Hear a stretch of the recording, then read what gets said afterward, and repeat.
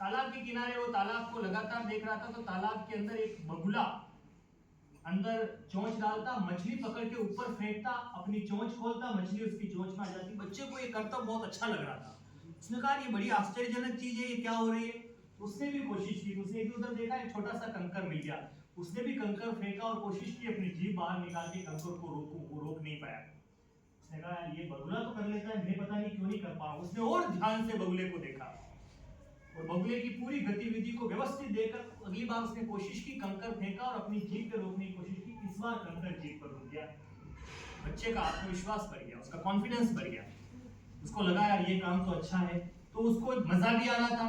अगली बार उसने थोड़ा बड़ा पत्थर फेंका, उसको रोका, फिर उसने बड़ा पत्थर फेंका, रोका, फिर बाद में वो चाकू फेंक के रोकने लगा, तलवारें फेंक के रोकने लगा। तो पूरे जनपद में, जिस राज्य में वो रहता था, उस राज्य में उसकी ख्याति फैल गई, अरे हमारे यहाँ पे एक ऐसा लड़का है जो जीभ पर तलवारें रोक लेता है। तो राजा को लगा यार इतना अद्भुत लड़का है, इसको बुलाया जाए। उसने बुलाया और लड़के को सम्मानित किया। आप लड़के के अंदर अहंकार आ गया, मतलब मैं बहुत बड़ा आदमी हो गया, मैं जो कर सकता हूँ दुनिया में कोई नहीं कर सकता। इस अहंकार के साथ अब वो अपना कर्तव्य दिखाने लगा, उसके पैसे लेने लगा। चौराहों पर जाता था, ये कर्तव्य दिखाता था, लोग हजारों रुपए देते थे, उसका नाम होता था, फैन फॉलोइंग बन गई, इंस्टाग्राम पे लोग बन गए उसके, चारों तरफ उसकी ख्याति हो गई। आज तो यही है इंस्टाग्राम पे जिसके ज्यादा फॉलोवर है, जैसे मेरे 10,000 फॉलोवर है, लोग मुझे कहते हैं आपके इतने कम फॉलोवर है। मैंने क्या करूं, हाथ जोड़ूं, आरती करूं, तो क्या करके बोलूं। तो समय बदल गया, तो उस लड़के की ख्याति बढ़ती गई। एक दिन वो चौराहे पर कर्तव्य दिखा रहा था। जो मैं कहना चाहता हूँ, ये ज्ञान ज्योति संस्थान क्या है, आप लोग क्या है, क्यों गरीब परिवारों के बच्चों को अपना व्यवहार कैसा रखना चाहिए जिंदगी में। अगर आपको किसी ने दीपक बनाया कि आपकी भी जिम्मेदारी है कि दूसरा दिया आप अपनी लो से भी जलाएं, ये आपका उत्तरदायित्व भी बनता है। तो वो लड़का जब एक दिन एक चौराहे पर कर्तव्य दिखा रहा था, कर्तव्य दिखाते दिखाते लोगों ने बहुत तालियां बजाई। उसने तलवार ऊपर फेंकी, तलवार को जीभ पर रोका, फिर भाला फेंका, भाले को जीभ पर रोका। लोगों में बहुत आनंद आया, बोले क्या अद्भुत लड़का है, हमारे यहाँ पर खूब पैसे दिए। जाने लगे, कर्तव्य समाप्त होने के बाद लोग जाने लगे, तो एक तरफ एक साधु बाबा बैठे थे, वो उसकी बात को बहुत ध्यान से देख रहे थे। उनको पता था ये लड़का अहंकारी, इसके अंदर घमंड है किसी बात का, लेकिन ये प्रतिभावान भी है। उन्होंने उस लड़के से पूछा, बेटा तुम बहुत अच्छा कर्तव्य दिखाते हो, इस तरह से जीभ के ऊपर तुम अपने भाले को इतनी नुकीली चीज को रोक लेते हो, तुमने ये चीज कहाँ से सीखी।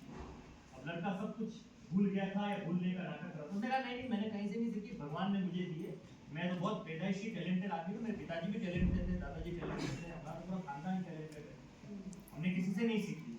उससे साधु ने कहा थोड़ा दिमाग पे जोर डालो, हो सकता है तुम्हें उस आदमी का नाम याद आ जाए जिससे तुमने ये सीखा हो।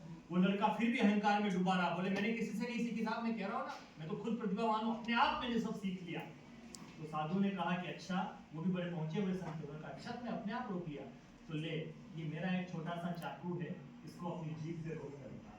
उस लड़के ने चाकू ऊपर फेंका, तो जीभ पे रोकने की कोशिश की, जीभ करता हुआ वो चाकू जमीन में धंस गया। वो लड़का चीखने लगा, रोने लगा, खून से लथपथ, चिल्लाने लगा, तड़पने लगा। उसने संत के पांव पकड़ लिए, और संत के पांव पकड़ने के बाद में कहा कि गुरु जी ये कैसे हो गया, ये इतना छोटा सा चाकू मेरी जीभ पर क्यों नहीं। मैं जो बात कहना चाहता हूँ, इस पूरी बोध कथा का जो सार है वो मैं एक पंक्ति में कह रहा हूँ, अपने साथ लेके चले जाना आपके सार को। तो संत ने कहा कि तुझे इस बात का घमंड हो गया, जिस गुरु से तेने ये सब कुछ सीखा, तुझे जब उस गुरु की याद नहीं है तो तेरी कला भी तेरे साथ है, ये कोई जरूरी नहीं। जिंदगी में आप कुछ भी बन जाए, लेकिन याद जरूर रखना कि रविवार को एक नौजवान इंजीनियर ने अपना सब कुछ आप लोगों को सौंपा था। वो ज्ञान ज्योति संस्थान को आप लोग याद रखोगे तो जीवन में आप बहुत बड़े बन सकते हो, ऐसा मैं मानता हूँ।